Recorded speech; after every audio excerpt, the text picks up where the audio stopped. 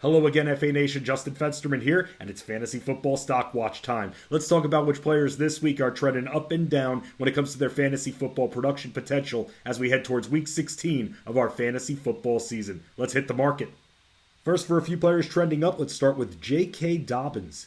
He said he still wasn't 100% healthy, but he's posted back-to-back 120-plus yard rushing games. He's getting double-digit carries, and we've even seen him outsnap Gus Edwards in both games since returning, and Atlanta isn't a strong team at stopping the run, and even if Lamar Jackson is healthy, Dobbins should still continue getting 12 to 15 carries. Atlanta has given up over 1,500 rushing yards, 7th most in the league. He's not going to be active in the passing attack, but the Ravens will still continue to be run heavy. After Atlanta, Dobbins gets to once again face off against the Steelers, who he pounded for 120 yards on the ground and a score. Another running back trending up, Tyler Allgeier. Desmond Ridder couldn't get anything going in the air versus the Saints, and for the final couple of weeks as Ridder acclimates himself, Allgeier, along with Cordero Patterson, should be featured more. Allgeier has received double-digit carries in 3 straight games and ran for 139 yards on a backfield-leading 17 carries against New Orleans in Week 15. He's rushed for 5 yards per carry this year and has exceeded that average in 4 of his last 6 contests. Caleb Huntley is out of the way after hurting his Achilles on Sunday. Baltimore isn't easy to run on, but because of Ridder's inexperience, the volume should once again be there for Allgeier, giving him flex appeal. The matchup gets easier in Week 17 when Baltimore faces the Cardinals. He's been given more carries than Edwards in both games since returning, and Edwards only received 7 of them in Week 15. Another player on the rise, Zay Jones. Jones has over 100 targets and 74 receptions this year, receiving no fewer than 7 targets in 5 straight weeks. He's hit double figures in 3 games during that span. Even against one of the best defenses in the NFL, Jones burned the Cowboys for 109 yards and hit the end zone 3 times. He's scored in back-to-back weeks, and even with the Jets on the schedule next, Jones is absolutely worthy of a start in the fantasy football playoffs. Trevor Lawrence continues to show off strong performances in recent games, and Jones has a 21% team target share. His main competition for targets lately has been Evan Engram. He has a near 70% catch rate as well. Christian Kirk is still the Jaguars' prioritized receiver, but Jones has received more red zone looks than him in 2 of their last 3 matchups, and the Jets will prioritize holding down Kirk over Jones on Thursday. Now for a few players trending down, let's start with Jamaal Williams.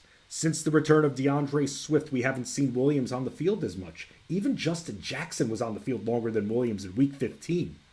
Williams tops the charts among running backs with his 14 scores, but if he's not scoring, he's not giving you much production at all. He's averaging fewer than 4 yards per carry and hasn't hit that number since Week 8. He hasn't even rushed for 3 yards per carry in both of his last 2 matchups. After hitting the end zone in 4 straight games, Williams hasn't scored in his last 2, making him a risky start even against Carolina. Snaps have been down and he's not utilized at all in the Lions' passing attack. He's logged 3 straight games of fewer than 40 yards on the ground. Ugh. Another running back trending down, D'Onta Foreman. Foreman's been losing snaps lately, and he hasn't been on the field for 40% of the snaps in 2 of his last 4 games. Chuba Hubbard was on the field for 63% of the Panthers' snaps in Week 15, and Foreman only hit 30. Foreman doesn't get consistent work in the air, and Hubbard has received 3 targets in both of his last 2 games. Foreman hasn't hit 4 yards per carry in 4 of his last 6 outings and hasn't scored a touchdown since Week 10 and has just 4 on the year. The Lions have been a lot better at defending the run, and teams opt to throw on them more. Tampa Bay is on the schedule for Week 17, also a tough defense to run on. The outlook for Foreman looks very gloomy for the fantasy playoffs, and Hubbard could start receiving more work on the ground as well. Final running back trending down, Rachaad White. We've been hearing reports throughout the year that the Buccaneers would shift more towards White getting more work and carries and prioritization, and that just hasn't been the case when Leonard Fournette has been healthy, and Fournette isn't going away. After getting targeted 17 times combined in weeks 12 and 13 in the Bucs passing attack, White has received just 7 combined targets in weeks 14 and 15, while Fournette has received 11 during that span.